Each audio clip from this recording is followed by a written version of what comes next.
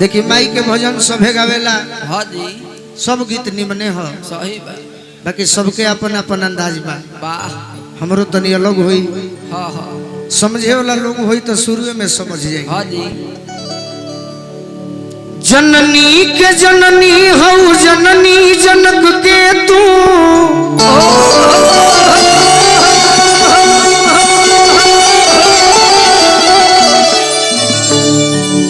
जयती जयती जयकार जग जननी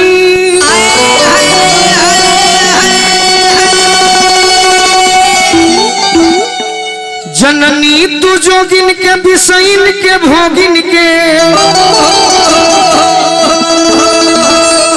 सब कर जननी हमार जग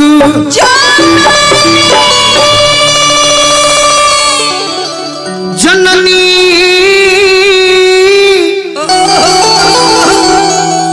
होना जननी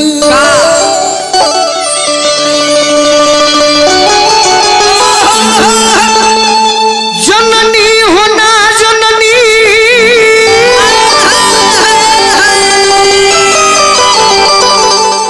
जो गजब तप करे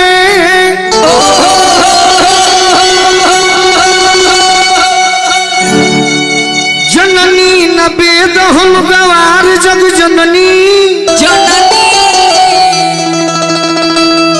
अजननी हो जाना जन्म तुआ चाहत काबा गोलू राजा लइका तोहार जग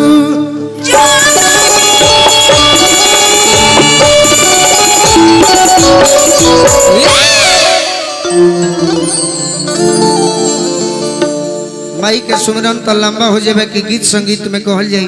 हाँ जी ट्रेवल चंदन भैया गीत हम भजनों में बहुत गौ ले जना के गिनती ना हुई ना, लेकिन आज कुछ यूट्यूब वाले भाई खाते नया दे देते नहीं। सही बा। महेंद्र कपूर जी हाँ जी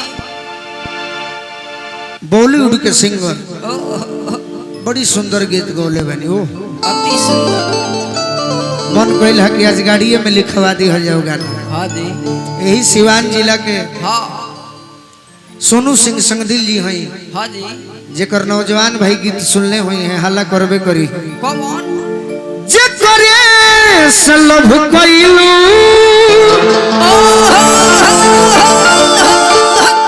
यही सिवान जिला के हमें सोनू सिंह संगदिल जी हाँ हाँ बगल के हाँ